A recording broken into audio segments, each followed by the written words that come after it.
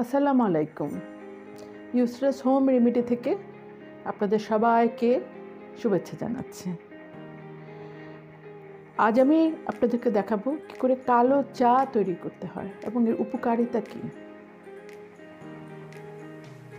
সুস্থ ব্যক্তিরা বছরে 12 দিন বিশেষ করে শীতকালে এই কালো চা পান করতে পারেন। কিডনির জন্য এই কালো চাটি খুবই ভালো। এটা একটি হেলথ ড্রিঙ্ক বা স্বাস্থ্য পানীয়। আসুন এই কালো চা কীভাবে তৈরি করতে হয় এটা আমরা এখন দেখব। একটি পাত্রে ঠিক এই পরিমাণে পানি দিয়ে দিচ্ছি।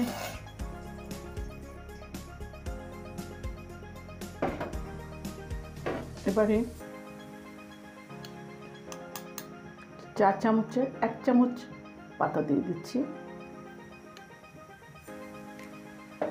এটাকে খুব ভালো করে ফুটিয়ে নিতে হবে।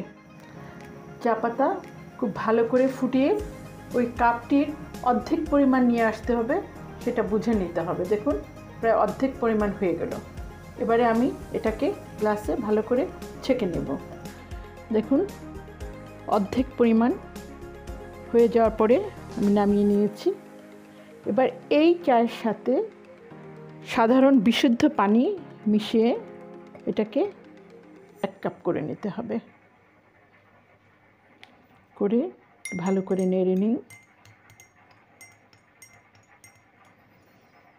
অবশ্যই বিশুদ্ধ ভালো পানি, খাবারের পানি, ফ্রিজের পানি না। তৈরি হয়ে গেল কালো চা। এই চা হালকা গরম গরম পান করবেন। সুস্থ ব্যক্তিরা বছরে 12 দিন বিশেষ করে শীতকালে এই কালো চা পান করতে পারেন। এটি একটি খুব ভালো স্বাস্থ্য পানীয় বা হেলথ ড্রিঙ্কস। আশা করি আপনারা সবাই উপকৃত হবেন। ধন্যবাদ।